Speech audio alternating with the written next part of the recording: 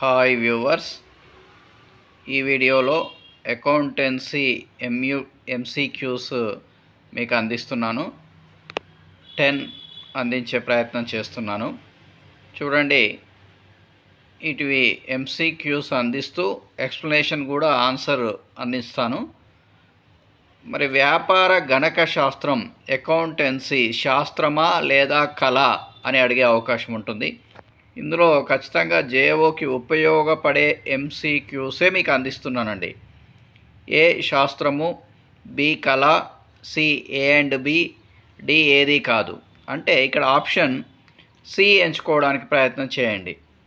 అంటే వ్యాపార గణక శాస్త్రం అకౌంటెన్సీ అనేది కళ మరియు శాస్త్రము కూడా. మరి సెకండ్, ఏ భావన ప్రకారం సంస్థ దీర్ఘకాలం కొనసాగుతుందని భావిస్తారు? ఏ ద్రవ్య భావన, బి గతిశీల సంస్థ భావన, సి ఏకరూపత, డి ద్వంద్వ భావన. మరి ఇందులో బి కరెక్ట్ అండి. ప్రతి సంస్థ కూడా ఏ భావన ప్రకారం ముందుకెళ్తుంది అనుకుంటుందంటే గతిశీల సంస్థ భావన ప్రకారం ముందుకు కొనసాగుతుందని భావిస్తారు. థర్డ్, అరువుకు ఫర్నిచర్ కొనుగోలు చేస్తే ఏ పుస్తకంలో రాస్తారు? ఏ అసలు చిట్టా, బి కొనుగోళ్ల పుస్తకం, సి నగదు పుస్తకం, డి ఏది కాదు. ఇందులో ఏ ఆన్సర్ ఎంచుకోవాలి? అసలు చిట్టా. అరువుకు ఫర్నిచర్ కొనుగోలు చేస్తే ఇక్కడ కొనుగోళ్ల పుస్తకం అనుకుంటారు, కన్ఫ్యూజ్ కావద్దు. 8 రకాల సహాయక పుస్తకాల్లో అసలు చిట్టాలో ఈ అంశం రాయడం జరుగుతూ ఉంటుంది. నెక్స్ట్ ఫోర్త్ వన్, వర్తకపు డిస్కౌంట్ ఏ పుస్తకాలలో నమోదవుతుంది, బి పుస్తకాలలో నమోదు కాదు, సి నిర్ణీత శాతం ప్రకారం లెక్కిస్తారు, డి బి అండ్ సి. మరి ఇందులో మీరు డి ఆప్షన్ ఎంచుకోవాలి. ఎందుకని అంటే పుస్తకాల్లో నమోదు కాదు, కానీ వర్తకపు డిస్కౌంట్ అనేది ఖచ్చితంగా నిర్ణీత శాతం ప్రకారమే లెక్కిస్తారు.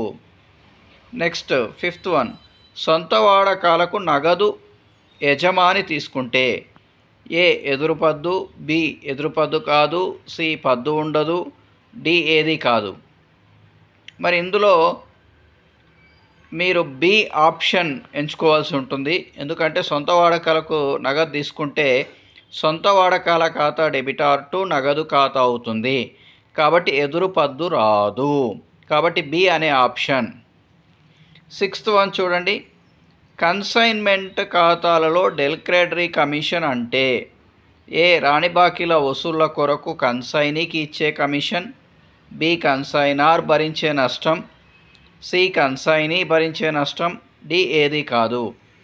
మరి ఇందులో ఖచ్చితంగా మీరు ఏ ఆప్షన్ ఎంచుకోవాలి. ఎందుకంటే రాణి బాకీల వసూళ్ళు అనేది కన్సైనీ బాధ్యత కాదు, కానీ కన్సైనీ వసూలు చేసినందుకు కన్సైనార్ కొంత కమిషన్ ఆఫర్ చేస్తే ఆ బాధ్యత కన్సైనీ తీసుకుంటాడు. కాబట్టి ఏ ఆప్షన్ రాణి బాకీల వసూలు కొరకు కన్సైనీకి ఇచ్చే కమిషన్ను డెల్క్రెడరీ కమిషన్ అంటారు. నెక్స్ట్ సెవెంత్ వన్ చూడండి, చెల్లించాల్సిన జీతాలకు చిట్టా పద్దు ఏ జీతాల ఖాతా డెటార్ టు చెల్లించాల్సిన జీతాల ఖాతా, బి చెల్లించాల్సిన జీతాల ఖాతా డెటార్ టు జీతాల ఖాతా, సి జీతాల ఖాతా డెబిటార్ చెల్లించాల్సిన జీతాల ఖాతా డెటార్ టు అనామత్ ఖాతా, డి పద్దు ఉండదు.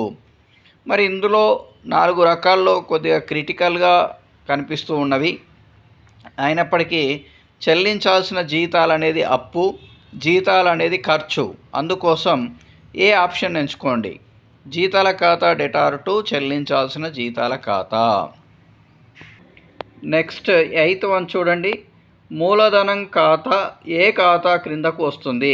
ఏ వ్యక్తిగత ఖాతా, బి వాస్తవిక ఖాతా, సి నామమాత్రపు ఖాతా, డి ఏది కాదు.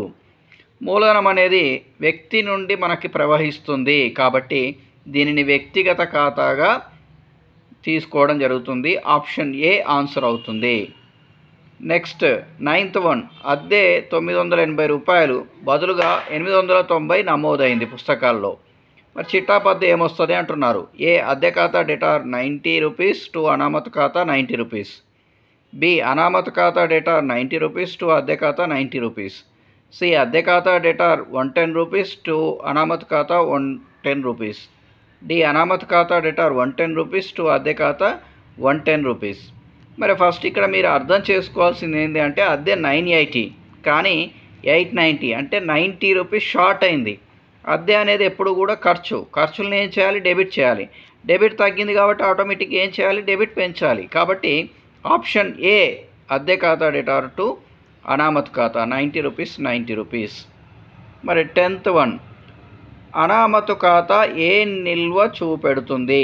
ఏ డెటార్ అంటే debit, B creditor CR, C debit and credit, D ఏది కాదు.